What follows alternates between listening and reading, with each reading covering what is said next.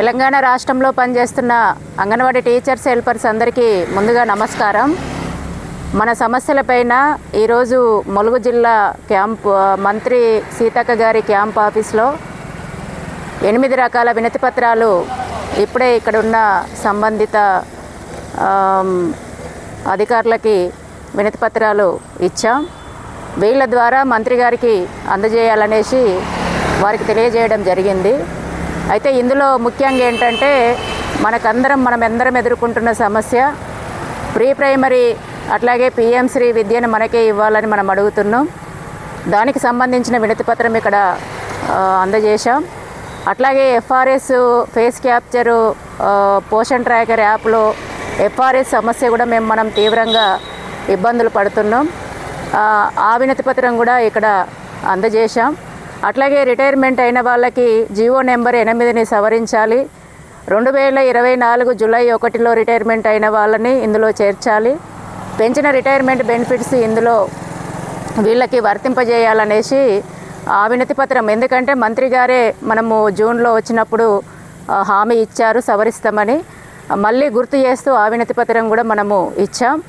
అట్లాగే రిటైర్మెంట్ అయిన వాళ్ళకి 10 నెలల సిబిఈ అమౌంట్ కూడా పెండింగ్లో ఉంది. అది కూడా విడిగా ఇక్కడ వినతి పత్రం ఇవ్వడం జరిగింది. అట్లాగే 24 రోజుల సమ్మె వేతనాలు జూన్లో కలిసినప్పుడు సమ్మె వేతనాలు ఇస్తామనేసి మనం గతంలో కూడా చాలా అడిగాము. జూన్లో కలిసినప్పుడు ఖచ్చితంగా 24 రోజుల సమ్మె వేతనాలు ఇచ్చే విధంగా కృషి చేస్తామనేసి మంత్రి గారు సీతక్క గారు మనకు హామీ ఇచ్చారు. అది కూడా మనం విడిగా వినతి పత్రం ఇచ్చాం. అట్లాగే ఇప్పుడు దసరా బతుకమ్మ పండగ ఇప్పుడు మన ముందు ఉంది. మరి దీనికి సంబంధించి హాఫ్ డే స్కూల్స్ అంగన్వాడీ కేంద్రాలకి హాఫ్ డే వరకే మేము నడుపుతాం, హాఫ్ డే తర్వాత సెలవులు ఇవ్వాలనేసి కంటిన్యూగా మనకి ఇస్తున్నారు. తెలంగాణ వచ్చినప్పటి నుండి ఇప్పుడు కూడా ఇవ్వాలి, ఇప్పటి వరకు గైడ్లైన్స్ ఇవ్వలేదనేసి దానికి సంబంధించింది కూడా విడిగా ఇచ్చాం. అట్లాగే యూనిఫామ్కి సంబంధించి యూనిఫాము చాలా ఇబ్బందికరంగా ఉంది కొత్తగా ఇచ్చేది. ఇంతకుముందు మాట్లాడిన వీడియోలోనే ఈ అంశాలన్నీ కూడా మీకు తెలియజేశాం. అందుకని యూనిఫామ్కి సంబంధించి ఇప్పుడు ఇచ్చేది వెనక్కి తీసుకోవాలి, సింగిల్ కలరు నాణ్యమైంది ఇవ్వాలి అనేసి, అట్లాగే స్థిరంగా ఒకే మోడల్ ఉండాలనేసి అది కూడా మనము వినతి పత్రం ఇవ్వడం జరిగింది. అట్లాగే పిఆర్సీ పెండింగ్ డబ్బులు మనకి 2021లో 3 నెలల ఈ పిఆర్సీ పెండింగ్ డబ్బులు పెండింగ్లో ఉన్నాయి. మరి మనకి ఇప్పుడు దసరా పండగ బతుకమ్మ పండగ కూడా దగ్గరలో ఉంది. ఈ లోపు ఈ పెండింగ్ డబ్బులు కూడా మనకి ఇవ్వాలి అనేసి దానికి సంబంధించి విడిగా కూడా మనము వినతి పత్రం ఇక్కడ ఇచ్చాం.